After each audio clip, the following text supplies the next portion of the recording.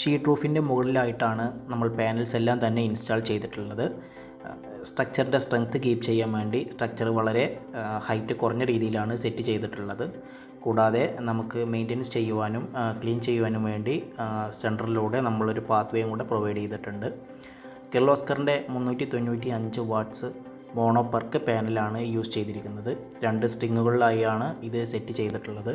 ആദ്യത്തെ സ്ട്രിങ്ങിൽ 7 പാനലും രണ്ടാമത്തെ സ്ട്രിങ്ങിൽ 6 പാനലുമായിട്ടാണ് ഇത് ടോട്ടലി നമ്മൾ ഡിസൈൻ ചെയ്തിരിക്കുന്നത്.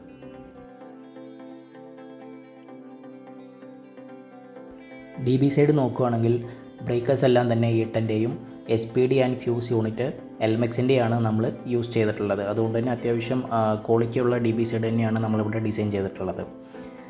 ഇൻവെർട്ടർ സൈഡിൽ വരികയാണെങ്കിൽ കിർലോസ്കറിൻ്റെ 5 kW ഓൺഗ്രിഡ് സിംഗിൾ ഫേസ് ഇൻവെർട്ടറാണ് ഈ പ്ലാന്റിൽ ലോഡ് ചെയ്തിട്ടുള്ളത്. അതുകൊണ്ട് തന്നെ അത്യാവശ്യം നല്ല പെർഫോമൻസ് തന്നെ നമ്മൾ ഈ പ്ലാന്റിൽ നിന്നും എക്സ്പെക്റ്റ് ചെയ്യുന്നുണ്ട്.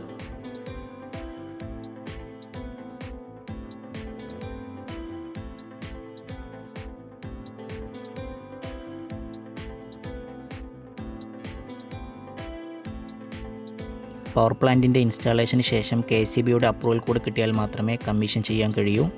പവർ പ്ലാന്റ് സംബന്ധമായ എൻക്വയറികൾക്ക് ഞങ്ങളുടെ കമ്പനി നമ്പറുമായി കോൺടാക്റ്റ് ചെയ്യുക. താങ്ക്